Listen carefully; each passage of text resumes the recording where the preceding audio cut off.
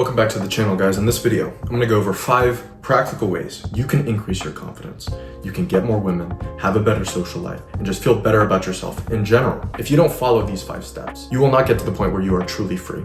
The only way to truly be free and live the life that you want, become the person you've always wanted to be, is if you build self-confidence. When I was growing up, I never really had much confidence. I was always very small and I had a very feminine appearance most of my life. I never really had success with women, and it led to me being miserable and just constantly dissatisfied with myself. But after I followed these 5 practical steps, my life completely changed. I go from an introvert who's not very popular, who doesn't have a lot of friends, who is kind of getting made fun of because of his feminine appearance, to someone who is now extremely popular, who's getting all the women he wants, to someone who goes on stage and wins awards for acting, for somebody who goes and does monologues and wins awards for that, for someone to now be a model and an actor with an agency, and to be able to create videos like this and post them without caring what other people think.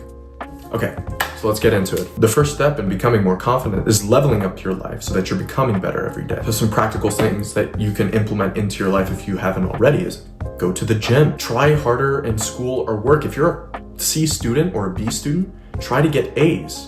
Raise your standard. Give yourself a reason to respect yourself rather than hoping that it'll someday come out of nowhere, right? If I were at the point where I had no self-confidence and I felt lost and overwhelmed in life, the first thing I would do is a life audit. Pick the 1 or 2 areas of your life that you want to work on the most and focus on those 2 areas, implementing the proper activities and habits that move you towards your goal.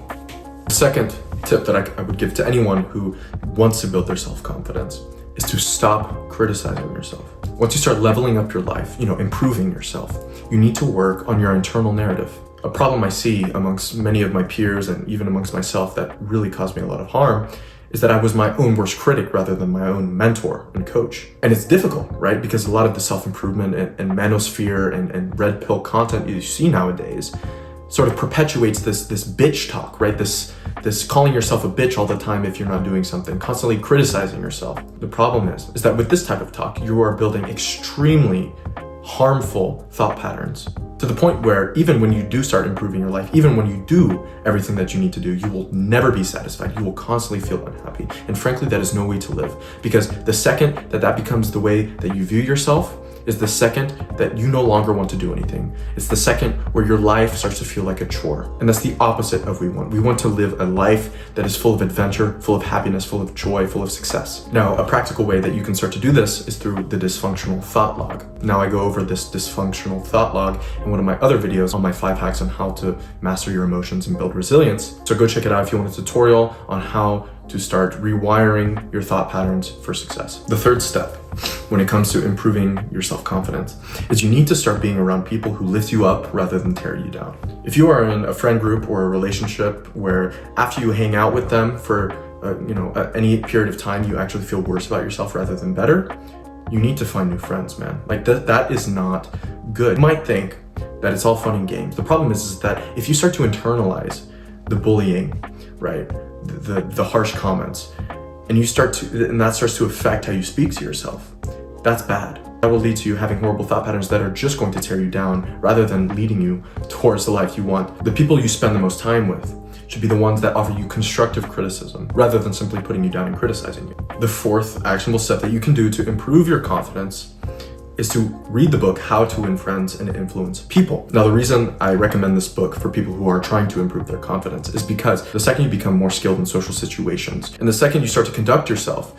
in social situations in a way that exudes confidence and charisma, you'll be able to make more friends and thus get around higher vibrational people who actually lift you up. You will feel better because more people will want to be around you. They'll like your vibe. You'll start to feel better about yourself because of that. And also, it's just a great book on how to deal with others, how to build relationships, and how to network. If you have horrible social anxiety and you have horrible social skills, you're not going to be able to be completely confident in yourself. So yeah, read the book, How to Win Friends and Influence People. Start to implement the things that he says into your life, right? I want you to practice it every day. Pick one thing for 1 week and try to practice and implement that every single day, and then move on to the next thing that he recommends. The 5th thing that will help you boost your confidence is to find direction and purpose.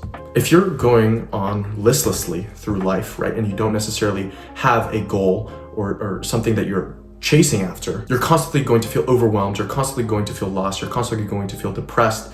And that is no recipe for true self-confidence. Having a purpose and direction keeps you focused, grounded, and confident. Now, some ways you can do this is by filling out an Ikigai worksheet. Ikigai is an old Japanese concept that basically finds the intersection of your interests, your talents, and what the world needs. It translates to reason for living, reason to live. I will link an Ikigai worksheet in the description below. I want you to fill it out. I want you to truly find the thing that makes you tick, the thing that you want to do. And then, frankly, I want you to actually work on that. If you're in school right now and you're chasing a degree that is not aligned with what your dreams are, you need to scrap. If you are chasing a degree that does not align with your Ikigai, you are wasting your time, right? And so if you find yourself in that situation, I want you to reevaluate your life, right? You're not going to feel confident if you feel like you're an imposter, like you're not being true to yourself and following your passions. So find out which things the world needs, your talents, and your interests. See where they align. Okay, now these were 5 ways that I built confidence and how you can build confidence as well. And yeah, so anyway, thank you for watching the video. Peace out.